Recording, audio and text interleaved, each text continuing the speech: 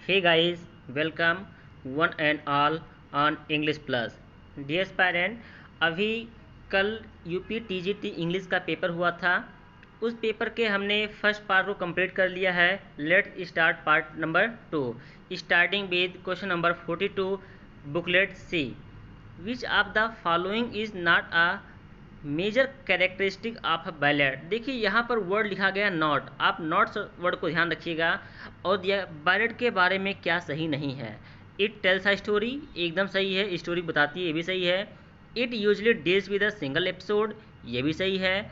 The story is told through dialogues and action. विशेष जानकारी के लिए आप एम.एच. अब्राहम पढ़िए, ये आपको वर्ड टू वर्ड आपको मिल जाएगा। इसमें कॉमिक इन नेचर नहीं होता है। इसका मतलब ऑप्शन कौन सा हो जाएगा? सी वाला। 42 का ऑप्शन नंबर सी हो जाएगा। नेक्स्ट क्वेश्चन नंबर 43 चलते हैं। 43 में वी डिवाइडेड द प्रॉपर्टी, हमने प्रॉपर्टी को डिवाइड कर दिया। किस में डिवाइड कर दिया? प्रॉपर्टी को डिवाइड किया गया है, इसके लिए यूज करेंगे हम लोग वर्ड इनटू का। मीन्स ऑप्शन नंबर 1 सही हो जाएगा। We have not seen him, हमने उसको नहीं देखा है लास्ट मंथ, पिछले महीने से। अब याद रखिएगा, पॉइंट ऑफ टाइम के लिए सिंस होता है, जबकि पीरियड ऑफ टाइम के लिए फार होता है। लेकिन जब ये दिखाया जाए, प्रोबेबिलिटी भी बनी हुई है कि वो कल को या फ्यूचर में वो मिल सकता है, अभी जल्द की ही बात है, तो इसको आप पीरियड ऑफ टाइम नहीं मानिएगा, इसको मानेगा पॉइंट ऑफ टाइम के लिए मानेंगे। तो वहाँ पर क्या लगा देंगे? सिंस का यूज करेंगे। ध्यान रखिए, हमारे कुछ साथी ऐसे हैं जो फॉर का यूज कर सकते हैं। क्यों? क्योंकि लास्ट मंथ लिखा हुआ, इसको देख करके नहीं, यहाँ पर यूज करेंगे हम लोग सिंस का। Your behaviour does not admit any excuse. देखिए, एक दो प्रश्न तो आपके लिए भी मैं छोड़ देता हूँ, कमेंट सेक्शन में बताने का प्रयास कीजिए। एडमिट के साथ टू का जब प्रयोग करते हैं, एडमिट के साथ जब आपका प्रयोग करते हैं, फ्रेजल वर्ब में इनका क्या अर्थ होता है, मैं कमेंट सेक्शन में आप सभी को इस प्रश्न का जवाब दे दूंगा। क्वेश्चन नंबर 46 चलते हैं। The meaning of the word indignation. Indignation का मतलब होता है क्रोध, एंगर, एंगर विद रिसेंटमेंट जो आप कहते हैं। क्रोध होता है। डिग्निटी मतलब होता है गौरव, डिस्गस्ट घृणा, डाइवर्जन परिवर्तन, एंगर विद सरप्राइज, इसका मतलब वही देखिए आ गया, एंगर मतलब क्रोध है और इंडिग्नेशन का मतलब भी क्रोधी होता है। That is option number D हो जाएगा। The correct spelling is, correct spelling क्या है इसमें? Fluffy, FLUFFY। फ्लफी का मतलब ड्रंकर्ड होता है, शराबी जिसे आप लोग कहते हैं। अब इसमें कौन सा प्रीपोजिशन यूज कर सकते हैं 48 में? आई ब्रोक दिस ग्लास, मैंने इस ग्लास को तोड़ डाला। भाई याद रखिएगा, उस ग्लास को बागल में लिखा है एक्सीडेंट, मतलब मैंने जानबूझकर नहीं तोड़ा, बल्कि मुझसे टूट गया। इसका मतलब हो जाएगा बाई एक्सीडेंट। ग्लास कैसे टूट गया? बाई एक्सीडेंट मुझसे टूट गया। नेक्स्ट हम लोग आगे बढ़ते हैं क्वेश्चन नंबर 49 पर।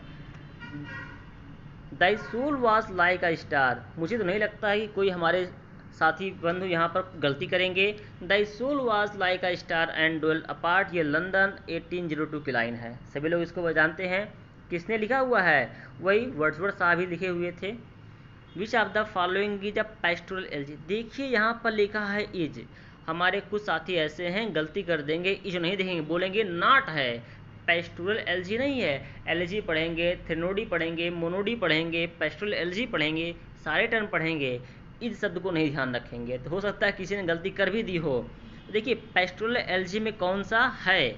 लिसिडस है। देखिए लिसिडस 1638 में आया था। अच्छा सर, और क्या हो सकता है? अगर क्या लिसिडस ही केवल है, इन मेमोरियम और थॉमस ग्रे साहब का कंट्री चर्चयार्ड नहीं है, तो और कौन सा है? लिसिडस के साथ में एडोनाइस आपको मिलेगा, थेसिस मिलेगा, आपको एस्ट्रोफिल मिलेगा, ये सभी के सभी पेस्टोरल हैं।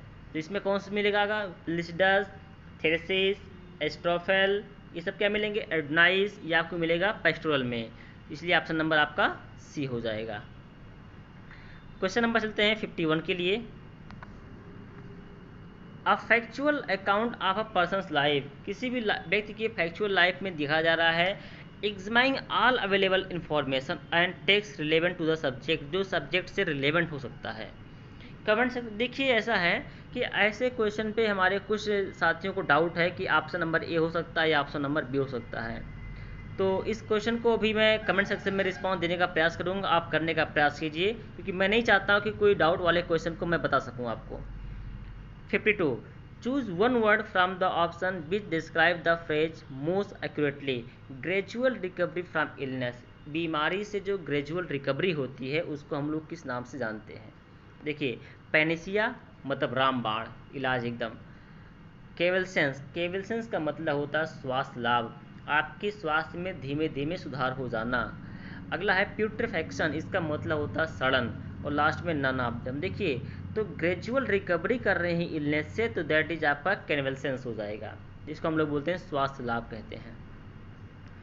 द करेक्ट स्पेलिंग इज, इसमें से कौन सी स्पेलिंग करेक्ट है? देखिए, करेक्ट स्पेलिंग हो जाएगा DIFFEN, डिफरेंशियल है, DIFFERENTIAL, differential. Differential option number D हो जाएगा। चलिए नेक्स्ट क्वेश्चन चलते हैं 54 पर। इसमें से आपको करेक्ट सेंटेंस पाना है। देखिए, he gave me much to pain, ये तो हो नहीं सकता, टू मच पेन होता, सब जानते हो। ही always get success since he hardly work, तो वैसे देखने में लग ही रहा, हमें बताना जरूरत नहीं है क्यों गलत है। I shall be only too glad to see, ये भी वैसे गलत हो गया, पहले ही देख लीजिए यहाँ पर गलत हो गया। बचा क्या? आई शैल गो जस्ट नाउ, आई शैल गो जस्ट नाउ, मैं अभी तुरंत चला जाऊँगा। अच्छा देखिए, हमारे कुछ साथियों को बी और डी में कन्फ्यूजन हो सकता है। I shall be only too glad to see you, ऐसा भी इतना खुश नहीं हो जाओगे कि पागल हो जाए, मतलब आप मेरी खुशी देखी नहीं जाएगी, इसलिए आप लगाइए B option, I shall go just now.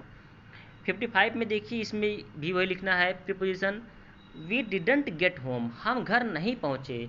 देखिए, ये कहानी कल की है, जो क्यों है? क्योंकि डिडंट लिखा है, पास्ट टेंस है, हम घर कल नहीं पहुँचे, नॉट लिखा हुआ इसमें, डिडंट।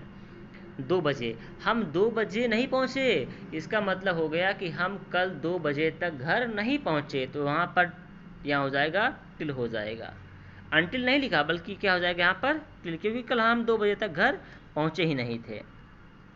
फॉर स्टाइल साजा, तो फॉर स्टाइल सागा जो दिया गया है जॉन गर्ल्सवर्दी का, एक तरह से ये इंपॉर्टेंट वर्क है, जिसमें 3 नॉवेल और 2 इंटरल्यूड आते हैं। ये टाइपिकल सिटी लाइफ को ही रिप्रेजेंट करता है, इसमें बताने की ज़रूरत है भी नहीं। विच ऑफ द फॉलोइंग स्टेटमेंट इस, ऑटोबायोग्राफी के लिए कौन सा सही है? भाई ऑटोबायोग्राफी है, तो ऑटोबायोग्राफी में कौन सा सही हो सकता है? तो ऑटोबायोग्राफी में देखते हैं आगे हम क्वेश्चन पे। पहला ऑप्शन दिया है, it is written about a great author on the life of Philo. देखो, कोई ऑटोबायोग्राफी का मतलब होता है खुद ही लिखना, दूसरा थोड़ा लिखेगा। लाइफ ऑफ फिलो स्कॉलर, ये भी गलत हो जाएगा, क्योंकि अपने बारे में खुद लिखना है। इट इज़ अ मेमोयर, अगर ये मेमोयर है तो ऑटोबायोग्राफी मेमोयर के अलग अलग क्यों बोला जाता है? ऑप्शन नंबर डी आपका बच गया, देखो ये आपका ऑप्शन नंबर डी सही हो जाएगा। 58 my views may be different. देखिए, जब फिक्स्ड प्रीपोजिशन का यूज किया जाता है तो ना तो हम कुछ कर सकते ना तो आप कर सकते हैं। तो डिफरेंट फ्रॉम होता है, इसका मतलब होता है से अलग, और इनडिफरेंट टू होता है, जिसका मतलब होता है उदासीन। तो इनडिफरेंट का लेता अपने आप में टू लेता है, और डिफरेंट का लेता अपने आप में फ्रॉम लेता है, मतलब फ्रॉम टू, दैट इज़ 58, आपका 58 वाला सही हो जाएगा। 59 आते हैं, बहुत ही फेमस लाइन है, मैं इस लाइन को पूरा बताऊंगा। शेक्सपियर को किसने कहा Johannes factotum a jack of all trades, किसने कहा हुआ था? देखिए, रॉबर्ट ग्रीन साहब जो थे वो एक यूनिवर्सिटी बिट कहे जाते हैं, जो क्रिस्टोफर मार्लो के साथ में थे, और ये विलियम शेक्सपियर के समकालीन भी थे। तो रॉबर्ट ग्रीन साहब ने देखा विलियम शेक्सपियर साहब बहुत ज़्यादा बढ़ जा रहे हैं, लगा यार कुछ ज़्यादा ही जा रहा है, उनको लगा कि मेरा ही नकल कर रहा, हम लोग का ही। तो उन्होंने, रॉबर्ट ग्रीन ने एक पैम्फलेट में इतना अटैक कर दिया शेक्सपियर पर, यह कहते हुए, yes trust them not for there is an upstart crow beautified with our feathers that with his tiger's heart wrapped in a player's hide supposes he is as well able to bust but a blank verse as the best of you and begin an absolute Johannes factotum is in his own conceit the only sexy in a country। उन्होंने वास्तविक रूप से बोल दिया था क्या? Johannes फैक्टोरम, उन्होंने word ही use कर दिया, उस फ्रेज का यूज कर दिया। किसने किया? रॉबर्ट ग्रीन साहब ने किया था। किस पे किया था? विलियम शेक्सपियर पे किया था। अब देखिए, रिनेसा का किस समय का है? रिनेसा अपने चरमोत्कर्ष पे कब पहुंचता है? 16 सेंचुरी में पहुंचता। That is option number B हो जाएगा। नेक्स्ट क्वेश्चन नंबर 61 आपको मिलेगा।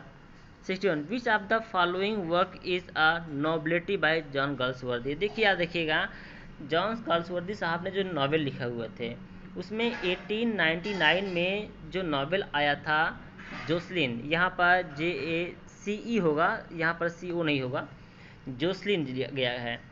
जोसलिन जो था 1899 में जॉन गर्ल्सवर्दी का स्यूडोनिम जॉन सिंजोन के द्वारा पब्लिश होने वाला फर्स्ट फुल लेंथ नॉवेल था। याद रखिएगा, फर्स्ट फुल लेंथ नॉवेल कौन था? जोसलिन था। किसके द्वारा? जॉन सिंजोन के द्वारा। जॉन सिंजोन किसका स्यूडोनिम था? जॉन गर्ल्सवर्दी का था। There was a great round of applause. यहाँ ये बताइए कि राउंड क्या होगा। अब देखिए यहाँ पर PNP का रूल लागू कर लीजिए। देखिए यहाँ पर नाउन है ना, नाउन के बाद में क्या आया हुआ है? प्रीपोजिशन आया हुआ है।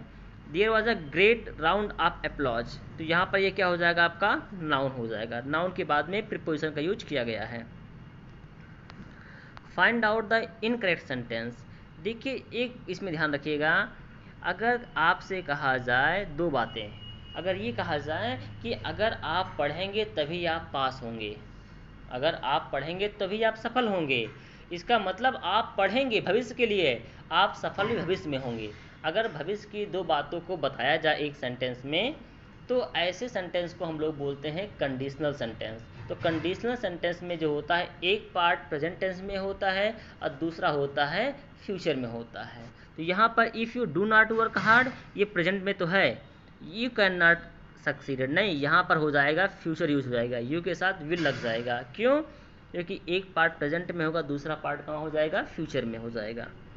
What is the correct meaning of the word opposite? Opposite का मतलब होता है उपयुक्त। क्या होता है? एकदम उपयुक्त होता है, जिसको हम लोग कहते हैं उचित कहते हैं। अब इसमें देखिए उचित में क्या हो जाएगा? कंट्रेरी विरोधाभास वाला, डिफरेंट अलग, राइट सही, सुटेबल मीन्स उपयुक्त या उचित हो जाएगा। या मोस्ट अप्रोप्रिएट ऑप्शन क्या हो जाएगा? आपका सुटेबल हो जाएगा। 65 नंबर चलना देखना है।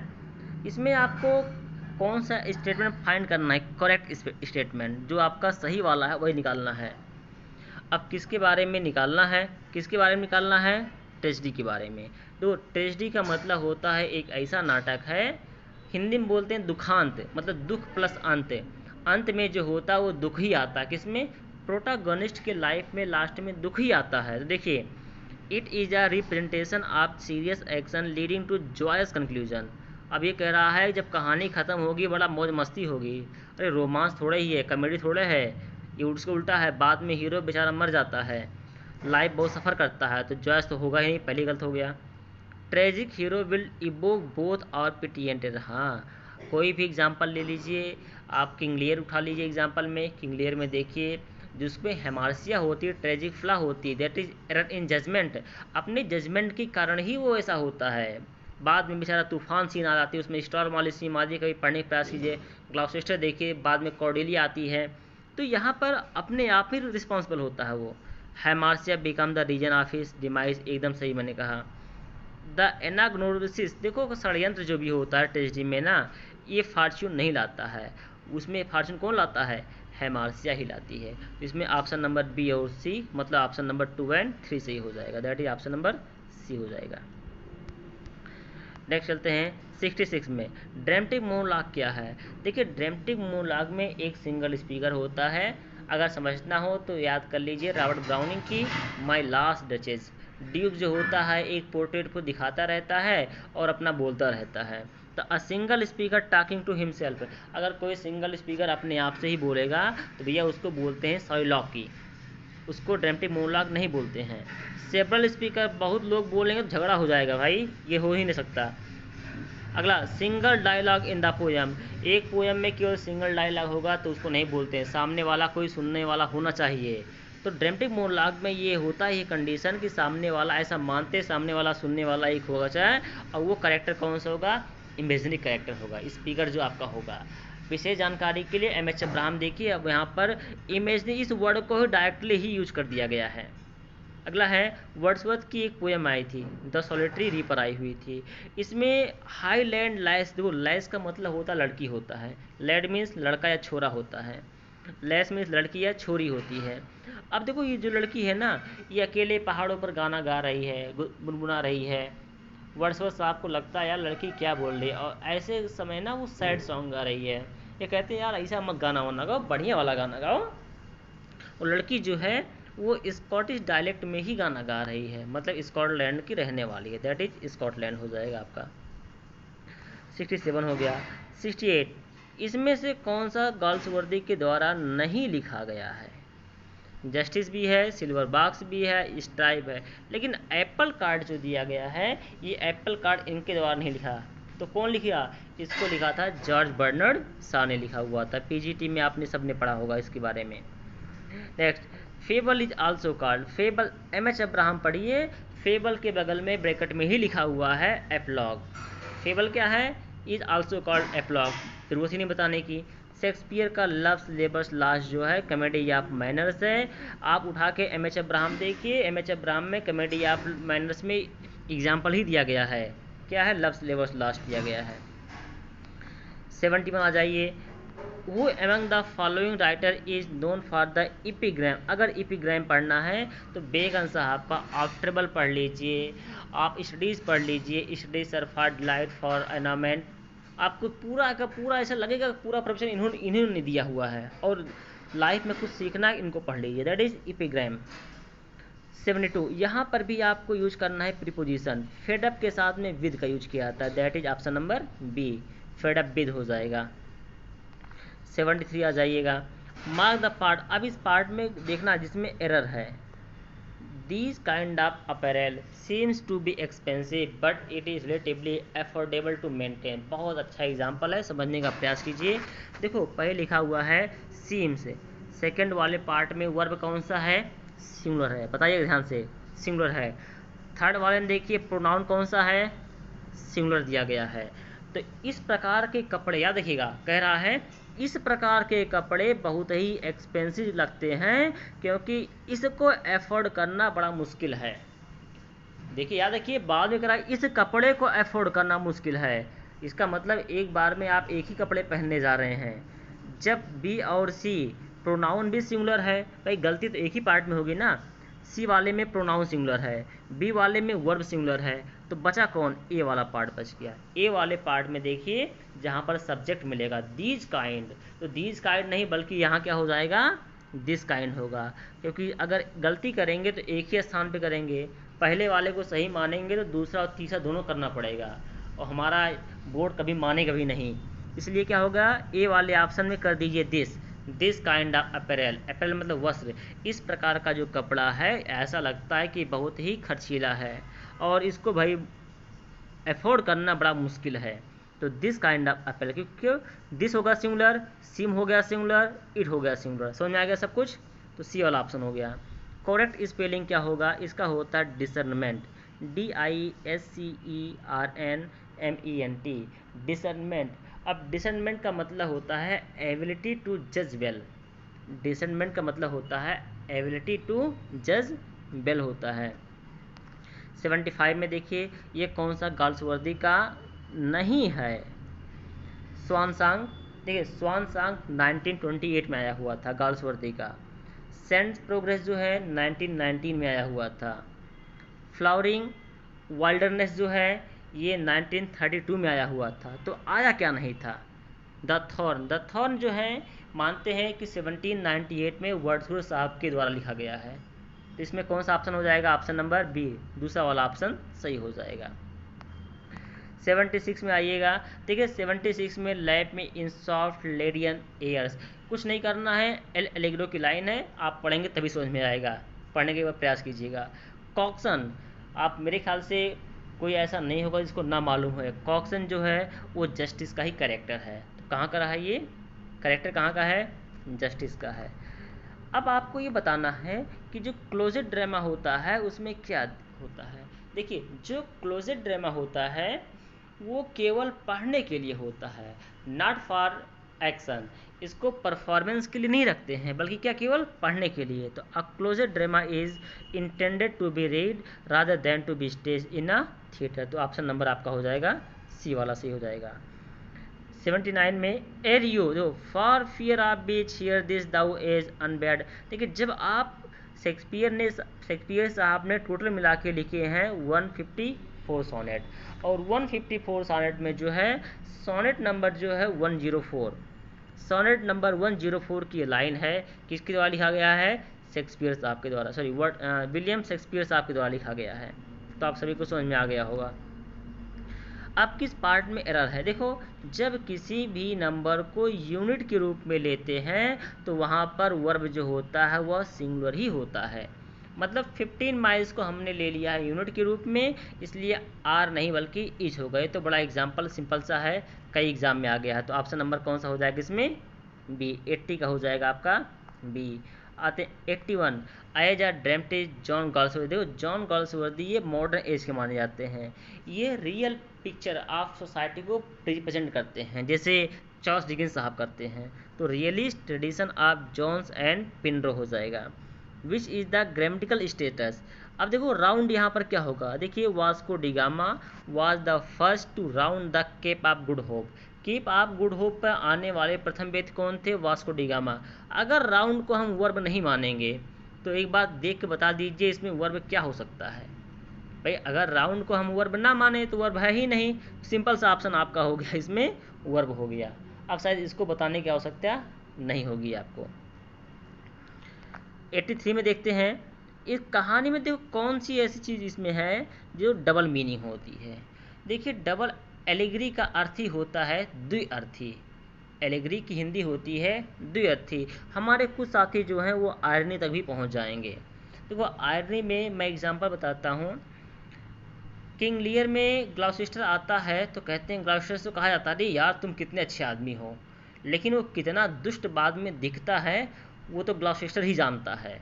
तो उसमें छिपी हुई मीनिंग होती है, जो कहा जाता है उसका उल्टा समझा जाता है। आयरनी एक विरोधाभास होता है ये।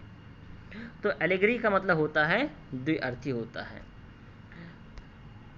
अब नेक्स्ट हो जाएगा द प्रोज गोथिक नावल। जो गोथिक नावल जो है ये मिडल एज में इसकी सेटिंग होती है।